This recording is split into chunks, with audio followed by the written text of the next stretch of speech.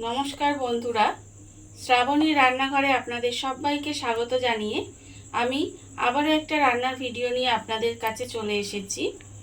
আজকের আমি আপনাদের কাঁচা আমের লস্যি বানিয়ে দেখাবো আর একটা লস্যির মশলাও বানিয়ে দেখাবো, যেটা আপনারা যে কোনো লস্যিতে বা শরবতে ব্যবহার করতে পারেন। তাহলে চলুন এই লস্যিটা আমি কিভাবে বানাই বা মশলাটাই বা আমি কিভাবে বানাই সেটা আপনারা একবার দেখে নিন।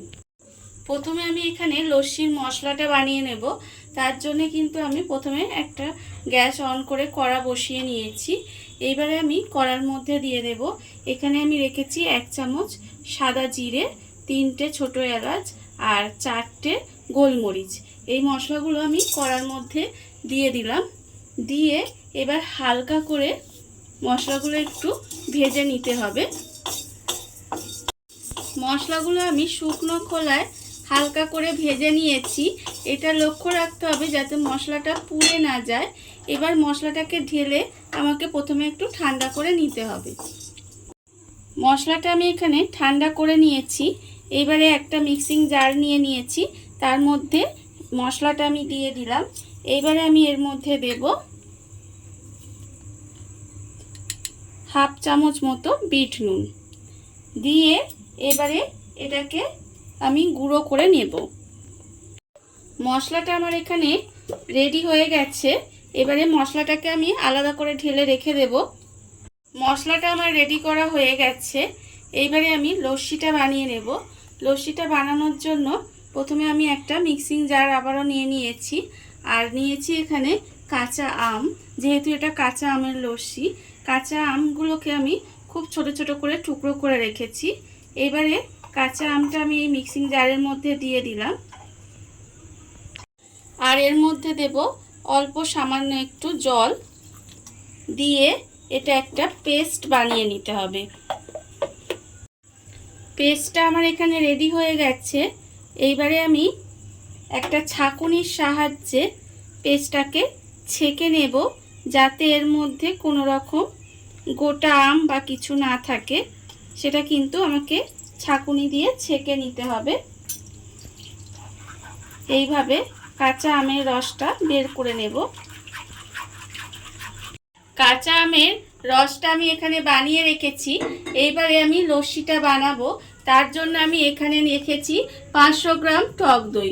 প্রথমে আমি একটা হাঁড়ির মধ্যে টক দইটা নিয়ে নেব। টক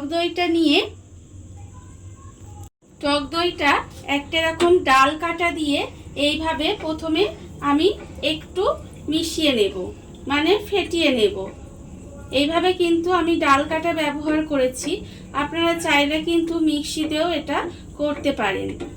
এইভাবে প্রথমে আমাকে একটু ডাল কাটা দিয়ে প্রায় মিনিট 5-10 মতো একটু এইভাবে মিশিয়ে নিতে হবে, যাতে দইয়ের মধ্যে কোনো দানা দানা না থাকে।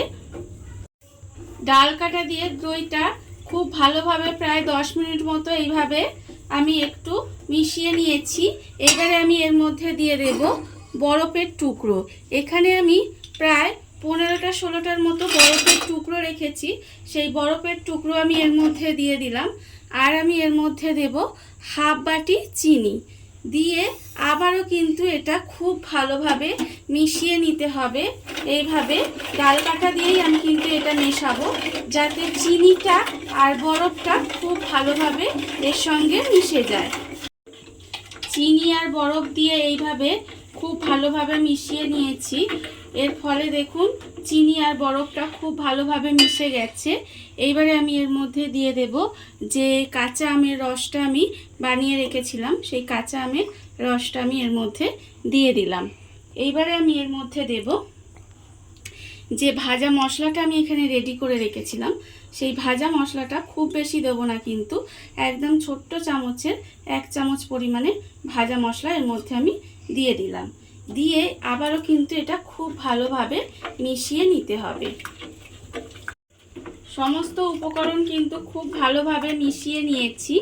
আর এখানে কিন্তু চিনিটা আপনারা আপনাদের স্বাদ মতো দেবেন। আমটা কতটা টক সেই বুঝে কিন্তু এখানে চিনিটা দিতে হবে। আমি এখানে চিনিটা ছোট বাটির হাফ বাটি পরিমাণের দিয়েছি। আপনারা কতটা মিষ্টি খাবেন সেটা বুঝে কিন্তু চিনিটা দেবেন। আর লস্যিটা আমার এখানে রেডি হয়ে গেছে। এবারে লস্যিটাকে আমি গ্লাসে ঢেলে নেব।